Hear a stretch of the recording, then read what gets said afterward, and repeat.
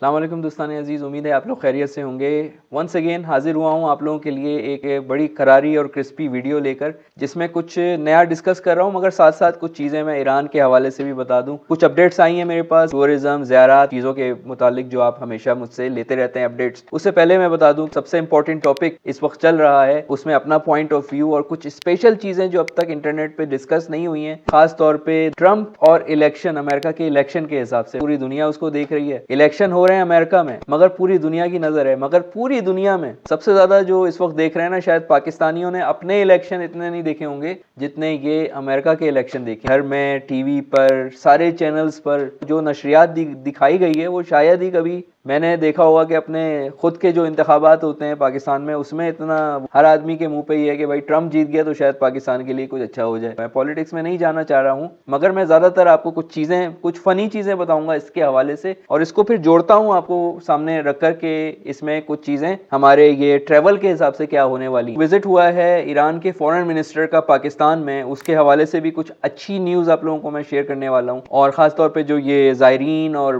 Business के हवाले से भी, मगर टूरिज्म के हवाले से और लैंड बॉर्डर पे जो लोग सफर कर रहे हैं उनकी परेशानियों के हवाले से मैं बड़ी इंपॉर्टेंट न्यूज आपको अभी देने वाला हूं। फिर जाहिर है अभी आगे जाके हर तरह से, जिस तरह मैं आप लोगों को न्यूज देता हूं coin winner of the week हर इतवार को, तो इस वीडियो में भी आज एक और विनर अनाउंस होगा। पिछले विनर का एक बहुत ही माशाल्लाह से अच्छा रिएक्शन आया था मेरे पास, जिन्होंने बड़ी दुआएं दी। जब उन्होंने देखा अपना नाम तो तमाम लोग बस मुंतजिर थे बेसब्री से अपने घर में कि किस तरह ज़ियारत वाला इमाम रजा का कॉइन आपके पास आएगा। अच्छा जी, तो जरा सा अब ये जो पूरी दुनिया की न्यूज इलेक्शंस की तरफ है अमेरिका के, जो कि अब ट्रम्प साहब जो हैं वो जीत चुके हैं। बड़ी अनोखी जीत है, क्योंकि पहले एक जीत थी इनकी, उसके बाद हार गए, उसके बाद बाइडेन साहब आए, फिर बाइडेन साहब इस बार हार गए। तो ये पहली बार बहुत अरसे में, 100 साल से ऊपर ऐसा हुआ है कि कोई प्रेसिडेंट है वो पहले टर्म के बाद दोबारा हारने के बाद और दोबारा जीता है। तो one of the greatest comeback of democracy तो कह रहे हैं। बहरहाल आप तमाम लोगों को पता है कि अमेरिका का जो इलेक्शन प्रोसेस है वो दुनिया से थोड़ा सा मुनफरिद होता है, कि इलेक्टोरल सिस्टम कहते हैं। उस इलेक्टोरल सिस्टम में ऐसा नहीं होता कि पूरे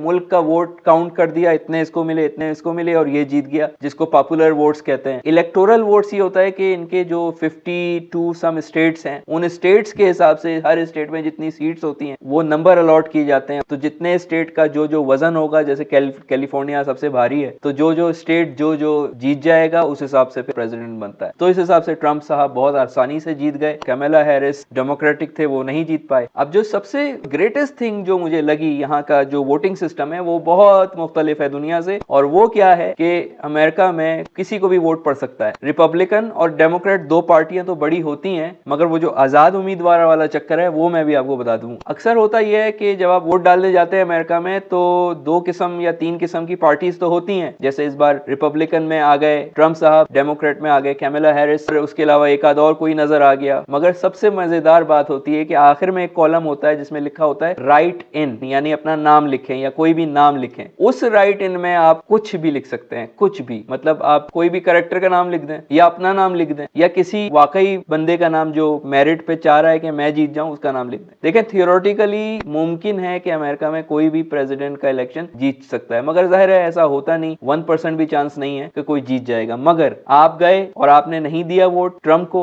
आपने नहीं दिया कैमला हैरिस को, आपने कोई और नाम लिख दिया, कोई भी और नाम लिख दिया, पड़ोसी का नाम लिख दिया। फर्ज करें 20 मिलियन और लोगों ने भी उसी पड़ोसी का नाम लिख दिया, तो ट्रंप और वो हार जाएंगे और पड़ोसी जीत जाएंगे। कैन यू इमेजिन कि हमारे यहाँ पाकिस्तान में अभी कितना बड़ा इशू चला था कि जो इलेक्शन हुए थे उसमें पीटीआई को बल्ले का निशान नहीं मिला था, तो वो पार्टी जो है वो इलेक्शन में ही हिस्सा नहीं दे पा रही थी। हालांकि हक तो सबका होता है, तो वो पार्टी ही नहीं रही। मतलब आप ये देखेंगे निशान छीनने से ही मसले शुरू हो गए। और यहाँ निशान तो दूर की बात, वो बंदा रजिस्टर्ड भी नहीं है, वो इलेक्शन में रजिस्टर्ड भी नहीं है, और कोई आपका नाम लिख दे। और वो मैं अभी आपको दिखाता हूँ कि हुआ क्या। बड़ी बड़ी मजेदार चीजें हुई हैं। उसी से जुड़ा ये लिंक है कि भाई मुसलमानों ने और खासतौर पर पाकिस्तानियों ने किसको वोट दिए। कंट्रोवर्शियल तो इन लोगों के लिए दोनों ही हैं। ट्रंप इंटरनल अफेयर्स के लिए पॉपुलर, इंटरनल क्या, अपने मुल्क के अफेयर्स के लिए, इकोनॉमी लाएगा, बिजनेस सीधा करेगा।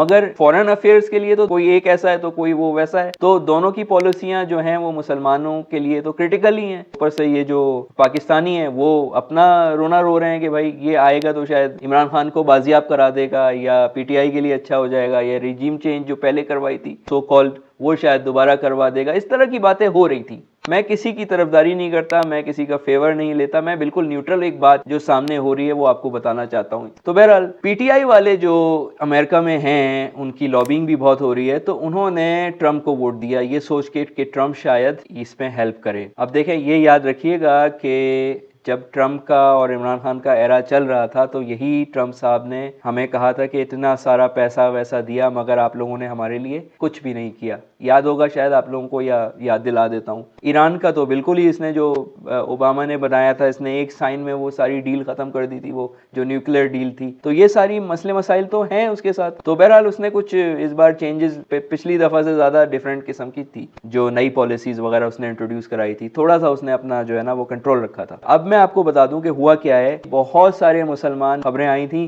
कि उन्होंने जो वोट्स दिए हैं उस वोट्स के अंदर जो थर्ड ऑप्शन या फोर्थ ऑप्शन होता है राइट इन वाला, किसी का भी नाम, तो आप जरा देखेंगे नाम कैसे, बहुत सारे लोगों ने तो अपने ही नाम लिख दिए। इसी तरह से जो सबसे मजेदार चीज मुझे लगी, सॉरी टू से, समझ में नहीं आता इसको मैं मजेदार कहूं या इस पे हंसूं या इस पे रोऊं या इस पे इस्तग़फ़ार पढ़ूं, ऐसी ऐसी चीजें लिख के आ गए। अमेरिकन तो इसको फिक्शन ही कहेंगे। कुछ लोगों ने जो राइट इन में लिख दिया इमाम मेहदी का नाम, कैन यू बिलीव इट, और कुछ लोगों ने इमाम अली का नाम, और इवन वो एक हाथ से जुल्फ़िकार भी ड्रॉ करके आ गए उसमें। ये मुझे सबसे अजीबो गरीब चीज लगी इस इलेक्शन में कि कुछ लोगों ने, पीटीआई वालों ने पीटीआई लिख देते, चलो हो सकता है अमेरिका में इनके रहबर जीत जाते, मगर उन्होंने तो ट्रंप का ही ज्यादातर लिखा। शियों ने ज्यादातर मैंने देखा कि उन्होंने, कुछ लोगों ने इमाम मेहदी का नाम लिख दिया वहां पे, इमाम मेहदी अलैहिस्सलाम का, कुछ लोगों ने इमाम अली अलैहिस्सलाम का। तो ऐसा भी होता है भाई। तो आप लोगों को शायद हैरत भी होगी और शायद बहुत सारे लोगों को पहली दफा पता चलेगा कि अगर आप कोई भी रैंडम नाम चूज कर लें जो कि यूएस सिटीजन हो, यूएस बॉर्न हो, और वो बंदा इलेक्शन जीत जाए इस तरीके से जो मैंने आपको बताया है, तो वो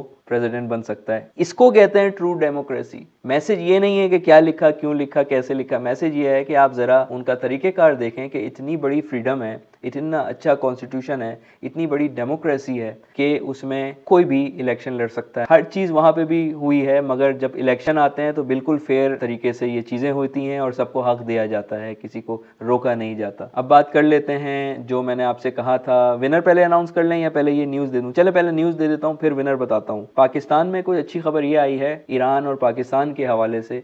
ईरान के फॉरेन मिनिस्टर और हमारे फॉरेन मिनिस्टर, उन दोनों ने कुछ बातें की आपस में, और आप लोगों को पता हो कि फॉरेन मिनिस्टर ईरान के अरागची साहब जो हैं वो पाकिस्तान उन्होंने विजिट किया, वहाँ पे बहुत सारी बातें की, पीस टॉक्स की, जितनी भी इस वक्त दहशतगर्दी है और सारी चीज़ें बॉर्डर्स के हवाले से सब कुछ, उन चीज़ों पे बातचीत की, उन पे मुफाहमत की कि भाई इस तरह से हम इन चीज़ों को कंट्रोल कर सकते हैं। समरी ये है कि पाकिस्तान ईरान इन चीज़ों पे इस वक्त गौर कर रहे हैं कि जो कि बहुत खुशाइंद है, और बहुत सारे इसी तरह से एग्रीमेंट भी हुए हैं, यहाँ तक कि मिलिट्री ट्रेनिंग्स वगैरह भी हो रही हैं दोनों मुल्कों की एक साथ। बलूचिस्तान की ही जो सारी सूरत हाल है, आप देखें कि पिछले मेरे मुहर्रम में वीलॉग भर गए थे आप लोगों को अपडेट्स दे दे के, अपने सारे काम छोड़ के हमने यही अपडेट्स दी कि भाई बॉर्डर पे हालात खराब हैं, बॉर्डर पे ये हो रहा है, ये प्रोटेस्ट हो रहे हैं। तो उसकी ही वजह से अब जो विजिट हुआ है उसमें इस मामलात पे बातचीत की गई है। क्या बातचीत की गई है, क्या मैसेजेस हुए हैं, और अभी कुछ चीजें भी हुई हैं, वो मैं भी आपको बताता हूँ। पहले विनर अनाउंस कर देते हैं, बटन दबा देते हैं। बता दूं फिर जो लोग इस वक्त नए हैं कि ये सिक्का आज की कुरानदाजी में इमाम रजा अलैहिस्सलाम का ओरिजिनल सिक्का, आम नहीं, ओरिजिनल सिक्का जो उनके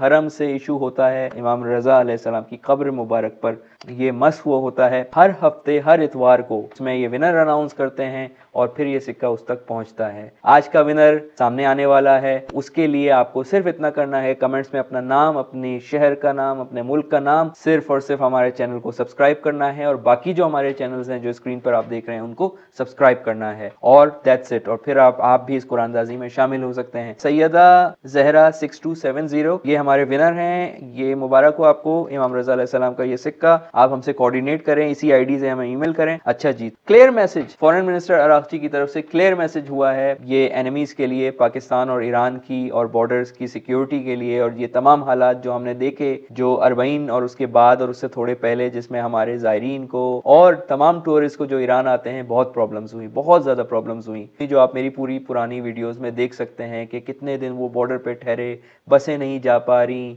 बिल्कुल प्रोटेस्ट की वजह से लॉकडाउन हो गया बलूचिस्तान। ये सारे मसले मसाइल बहुत ज़्यादा हुए थे। इन्हीं मसले मसाइल की वजह से ये सारी प्रॉब्लम्स हुई, जो अब फॉरेन मिनिस्टर ईरान पाकिस्तान का विजिट करके अब ये सारी चीज़ें, ये मामलात को बेहतर बनाने के लिए विजिट हुआ है, जिससे हमारे बिजनेस के मामलात भी अच्छे हो जाएंगे। बिजनेस की खबरें भी आ रही हैं, मगर ज़ायरीन के लिए और ख़ास तौर पे बॉर्डर के लिए बहुत अच्छी कुछ खबरें आने वाली हैं इंशाल्लाह। रहिएगा हमारे चैनल पे, ताकि आने वाली खबरें जैसे ही हमारे पास आएंगी कि बॉर्डर्स अच्छे हो गए हैं, सारी चीज़ें सेफ एंड सिक्योर हो गई हैं, ईरान ने कुछ इंसेंटिव शुरू किए हैं, ज़ायरीन के लिए वीज़ा जल्दी मिलेंगे, खासतौर पर टूरिस्ट वीज़े वालों के लिए या इंडिविजुअल वालों के लिए, ये सारी बातें मामलात अब बेहतर इंशाल्लाह होने की उम्मीद बहुत ज़्यादा बढ़ गई है। रही बात अब ये अमेरिका की, तो भाई अभी पाकिस्तान वाले भाई देखो, ये सारी उम्मीदें आप लोग ना लगाओ, अपने काम से काम रखो। कोई मुल्क जो है वो इस तरह नहीं कर रहा जिस तरह हमारी नजरें उन पे चली गई हैं। बाकी सारे मुल्क जो हैं वो सिर्फ शो देख रहे थे, उनके बाकी कोई फर्क इतना नहीं पड़ता, कोई आए ट्रंप आए या कैमला हैरिस आए, मगर हमें बड़ा, हम एक दिमागी तौर पे एक साइकोलॉजिकल वो होता कि ये हो जाएगा, ये वो हो जाएगा। कुछ भी नहीं होने वाला, जैसा है डे एंड नाइट चेंज नहीं आने वाली। फिल वक्त के लिए खुदा हाफिज।